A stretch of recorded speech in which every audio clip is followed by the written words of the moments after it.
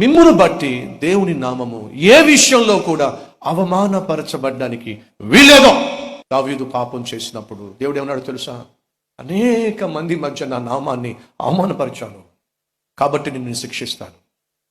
దేవుని నామాన్ని గణపరచవలసిన మనం గణపరచకుండా అవమానాన్ని తీసుకొస్తే దేవుడు ఎంత అల్లాడిపోతాడండి.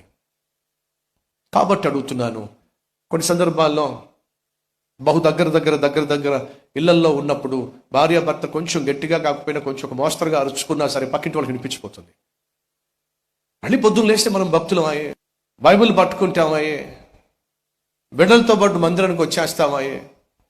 కానీ రాత్రంతా గొడవ పడుతూ ఉంటే పొద్దుటే బైబిల్ పట్టుకుంటే ఆ పక్కింటి వాళ్ళు ఏమంటారు చెప్పండి?